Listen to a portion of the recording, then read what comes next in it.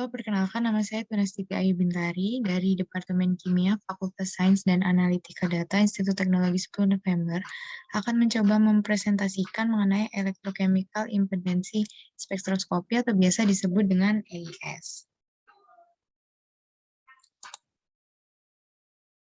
Nah, yang pertama ada beberapa bahasan yang akan dibahas dalam presentasi kali ini, yaitu ada definisi dan prinsip. Yang kedua ada RCT, yaitu tahanan transfer muatan. Yang ketiga ada CDL, yaitu kapasitansi lapis rangkap listrik. Ada Z, yaitu impedansi, aluran Nyquist, dan Bode plot. Nah, yang pertama ada definisi dan prinsip. AIS sendiri itu adalah metode yang digunakan untuk menganalisa respon yang ditimbulkan dari elektroda terkorosi terhadap sinyal potensial AC pada amplitudo rendah sekitar 10 mV, di mana rentang frekuensinya sangat lebar dari 0,1 Hz hingga 100 kHz. Dan prinsip yang digunakan dalam AIS ini itu digunakan untuk menentukan parameter kinetika elektrokimia yang berkaitan dengan tahanan larutan atau biasa disebut RS, tahanan transfer muatan atau RCT, kapasitansi lapis rangkap listrik atau CDL, dan impedansi Z. Nah, persamaan dasar dari materi ini dapat ditinjau dari hukum Ohm, di mana R sama dengan V per I atau V sama dengan I kali R dengan besaran arus dan nilai tegangan bolak-balik sebagai berikut. IT sama dengan I0 sin omega T plus flux sama yang kedua ada VT sama dengan V0 sin omega T, di mana omega sendiri adalah 2πf. Maka nilai Z-nya didapat sebagai berikut dengan keterangan R adalah hambatan, satuannya ohm, V adalah tegangan atau beda potensial, satuannya volt, I adalah kuat arus, satuannya ampere, dan omega adalah kecepatan sudut, satuannya radian per sekon. Nah, yang pertama yang akan dibahas adalah tahanan transfer muatan atau biasa disebut RCT. Nah, besaran RCT sendiri akan dibentuk oleh reaksi elektrokimia tunggal pada permukaan logam yang dikendalikan secara kinetik. Besaran RCT ini dapat diperoleh dari adanya perbedaan impedansi pada frekuensi rendah dan frekuensi yang tinggi. Nah, nilai RCT ini merupakan nilai yang didapat dari adanya ukuran transfer elektron pada permukaan logam yang secara proporsional kebalikan dari arus korosi atau biasa disebut I.O. Adapun persamaannya yaitu RCT sama dengan RT per N F I.O. dengan keterangan R adalah konstanta gas umum, satuannya Joule mol min 1 Kelvin min 1, T itu suhu, N itu jumlah elektron yang terlibat, F adalah konstanta Faraday, I.O. adalah arus korosi. Nah, laju korosi yang tertera pada persamaan ini akan berbanding terbalik dengan nilai RCT-nya, di mana semakin besar nilai RCT-nya, maka laju korosinya akan semakin kecil. Kemudian ada kapasitansi lapis rangkap listrik atau biasa disebut CDL. Nilai CDL sendiri itu berhubungan langsung dengan adsorpsi senyawa inhibitor pada permukaan logam. Inhibitor korosi sendiri itu adalah senyawa yang dengan konsentrasi rendah sudah dapat berfungsi untuk menurunkan dan mencegah reaksi pelarutan logam oleh lingkungannya yang bersifat korosif.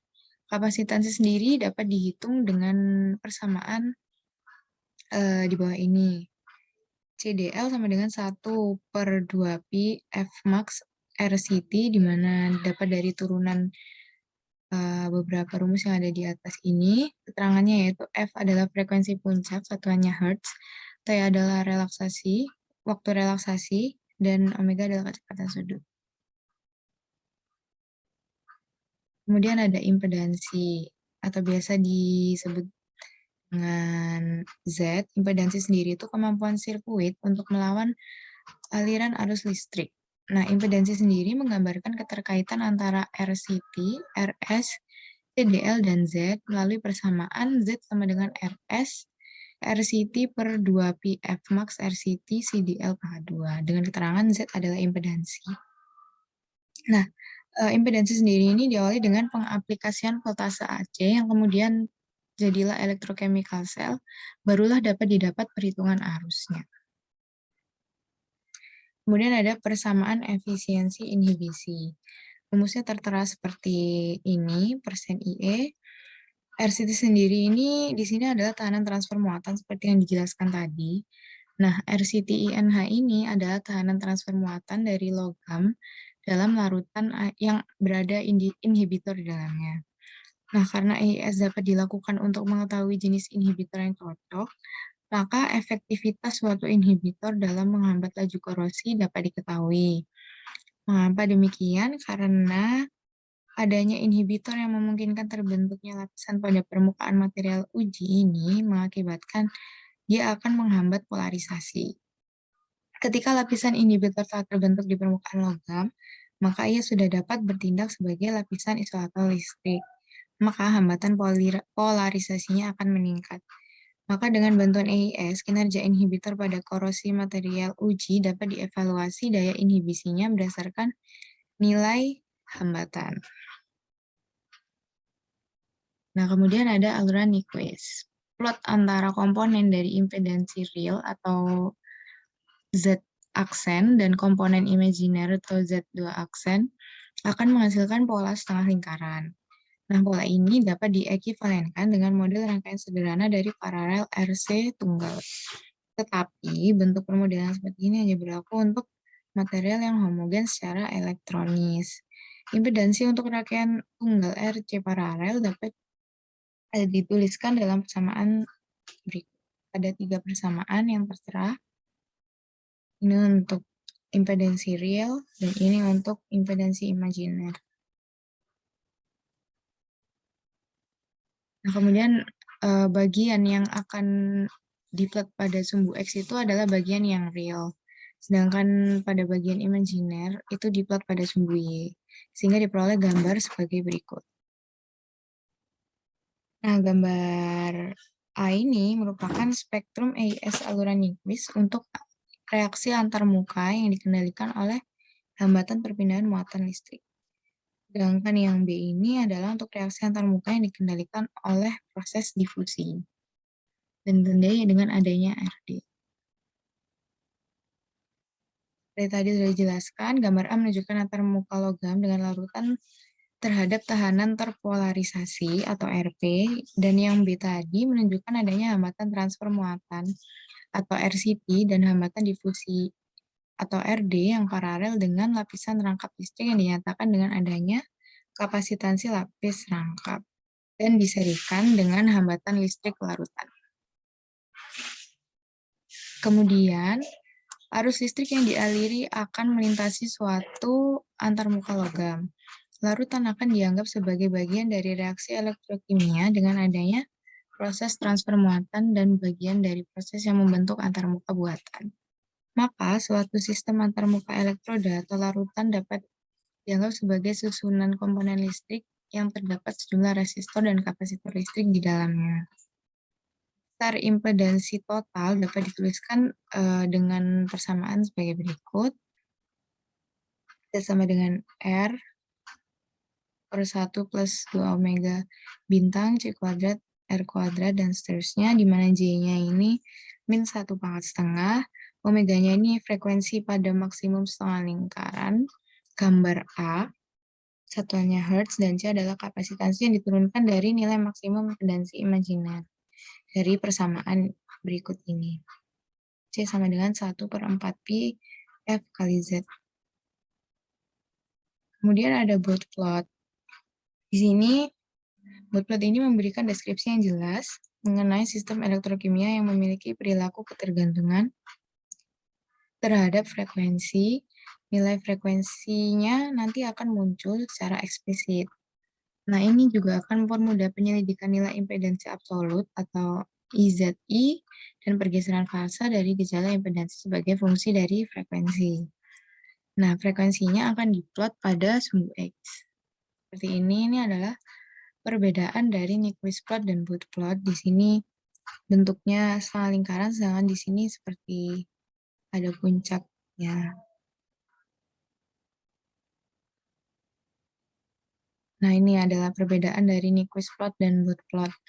Untuk Nyquist plot dapat digunakan untuk merepresentasikan impedansi real dan impedansi imajiner dengan menggunakan koordinat Cartesian. Yang kedua, dapat memberikan insight tentang mekanisme yang mungkin atau mengatur suatu fenomena dalam suatu rangkaian yang ekivalen. Yang ketiga, liquid float biasa digunakan untuk menganalisa karakteristik dari ion litium pada baterai, karena kemudahannya untuk menganalisa mekanisme reaksi yang aktif. Nah, untuk Bode plot itu biasa digunakan untuk menunjukkan perubahan fasa dan besarnya perubahan dalam rentang frekuensi yang telah diterapkan. Kemudian yang kedua yaitu Bode plot memiliki keuntungan untuk mengamati margin fasa di mana sistem menjadi tidak stabil, yaitu terjadinya perubahan besaran. Kemudian Bode plot dapat digunakan juga untuk pembelajaran mengenai sensor, filter, dan transisi pada perangkat elektronik. Kemudian ada konstruksi alat. Di sini terdapat elektroda kerja, yaitu bahan sampelnya. Yang kedua ada elektroda bantu yang biasanya grafit atau platina. Yang ketiga itu terdapat elektroda pembanding. Yang keempat ada elektrolit. Yang kelima ada EIS-nya itu sendiri. Dan keenam ada PC untuk membaca data. Dan ada pun cara kerjanya, yaitu yang pertama digunakan sel elektrokimia untuk menampung reaksi kimia yang akan dihubungkan secara elektrik ke spektrometer. Gunanya adalah untuk mendapat respon listrik dari larutan elektrolit. Yang kedua, EIS akan dioperasikan dengan program komputer yang telah dirancang khusus untuk pengoperasian EIS itu sendiri. Yang ketiga, semua elektroda akan dipasang pada wadah elektroda yang kemudian disiapkan larutan elektrolitnya dan dipindahkan ke dalam wadah sampel. Yang keempat, wadah sampel ini nantinya akan digunakan sebagai jalur tambahan untuk elektron yang mengarah pada pengurangan respon arus EIS saat elektron itu bergerak ke dalam logam daripada ke elektroda pembanding itu sendiri. Nah, sebabnya dari peristiwa ini adalah wadah sampelnya itu biasa terbuat dari bahan yang isolator, yaitu kaca atau plastik. Nah, yang kelima, elektroda akan ditempatkan di wadah sampel sehingga sebagian dari masing-masing elektroda terendam dalam larutan elektrolit. Nah, yang keenam, akan digunakan 4 kabel untuk memasang 3 elektroda ke penganalisis respon frekuensi EIS. Yang pertama digunakan kabel kerja dan kabel bantu untuk membawa arus. Kedua, kabel kerja dan kabel pembanding untuk mengukur potensial. Yang ketiga, kabel kerja dan kabel sensor untuk menghubungkan ujung elektroda kerja yang terbuka ke EIS. Apabila kabel pembanding dilekatkan pada elektroda pembanding dan kabel bantu dihubungkan ke elektroda pembantu sudah dilakukan semua, maka sudah dapat dilakukan pengujian. Ini adalah referensi dari mana materi ini dibuat. Sekian presentasi dari saya. Apabila ada kekurangan, mohon maaf. Terima kasih.